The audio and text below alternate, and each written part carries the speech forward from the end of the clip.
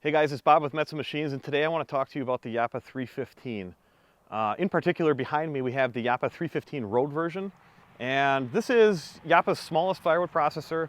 It will do 12-inch diameter. You can get it in tractor PTO form, which you may have seen on Back 40 Firewood's channel. And on our right here we've got the Road version with the gas engine, and we're showing it with the 12.5-foot powered outfeed conveyor on it and the hydraulic powered log lifter. This machine is very simple, very basic, very easy to use, very safe. It's an entry-level processor, but it still has a lot of features that make it enjoyable to use. One of the most important things I think with this machine, or makes it easy to use, especially for an entry-level producer, is the log lifter. If you look over here, you'll see right now I have the log lifter staged in halfway position. Specifically for this video, I wanted to show, because we take these to shows and we run them, and one of the comments is always, well, how do you get the log up onto the infeed? Well, in this case, we're using the lifter, and there's a hydraulic cylinder that'll pick that log up all the way up to the infeed, and then we roll the log on to the infeed, and then we can bring it into the machine. So you still need something to move logs around in your yard, yes, but it can be a relatively small tractor or a skid steer or something you've got laying around, and with a gas engine powered machine, you won't have to tie up your tractor. So getting onto the operation of this machine, we've got powered infeed belt that runs all the way to the saw, and this machine, one-hand control, one-hand operation. It's very simple. When we push on this handle, that runs the infeed belt, and it also runs the splitter out into the extended position. And so your log will go in, your log will hit the positive stopper, and then you can start cutting. And when you're cutting, the log splitter ram is going back in to the home position. And there's relief, so it can never go too far one way or the other. So you'll see in the video when we run this that you'll hear the log is running in, and you'll hear it hit before it hits the stop, you'll hear the engine labor a little bit. That's because the pusher is going all the way out into the extended position. But it's really simple to use. It's one-hand control. So we'll infeed and split at the same time. Then we'll cut, and the splitter will retract while I'm cutting. And then we'll go up and we'll infeed and split. And you just keep doing this until your log is done. Now, you'll see in the video where I was cutting logs, I would get to this 16-inch point. And my tape is pretty well worn off here, but there's a mark here for 16 inches, and I'll cut off the cookie and I'll toss that aside because I'm making a trailer load for myself today. I wanted it all at 16-inch lengths for a specific wood stove that I have in my dining room. So with that, you'll see also on the last cut, when you're splitting the last log, or that last bit is going in and it sits on top of the splitter, but it's no big deal.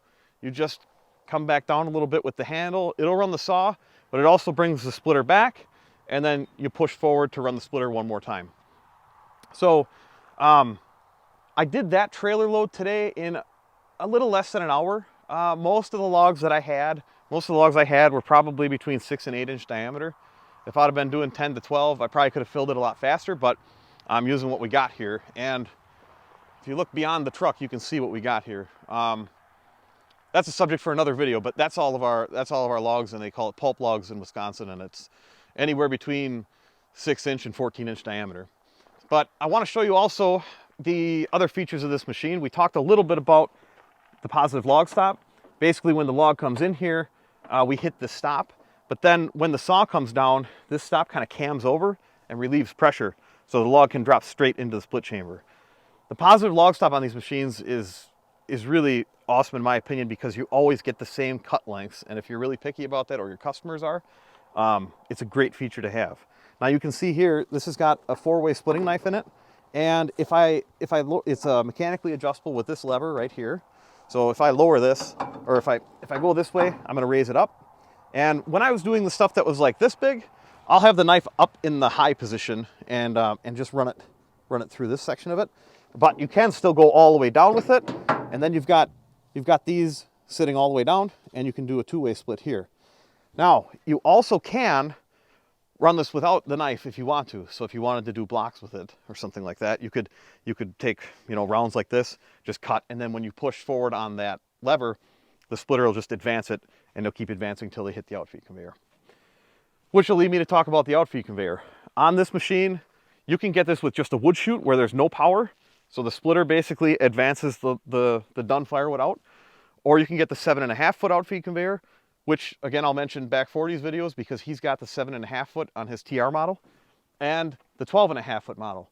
There is also an optional conveyor pivot for this, sort of like the 365s have, that mounts on here, and then you can swivel this into 5 different positions. So that's kind of nice if you wanted to. In this case, I just drove the trailer forward. I started filling by the tongue of the trailer, and then I just kept going as I needed to. So as with all of the Japas, when this is open, the functions don't work. So as soon as if something happens, the saw is cutting something you don't want it to, or the splitter is not going to split the piece the way you want it to, you open the hood, nothing works. So it's kind of a nice feature. It's one of the nice things about these machines. It's a pretty big guard, but you still got really good visual. You can see what's going on in here. And if you do hit something that splits and pops up, it's not going to hit you in the face. Over on the back side, as I mentioned, this one has the Honda GX390.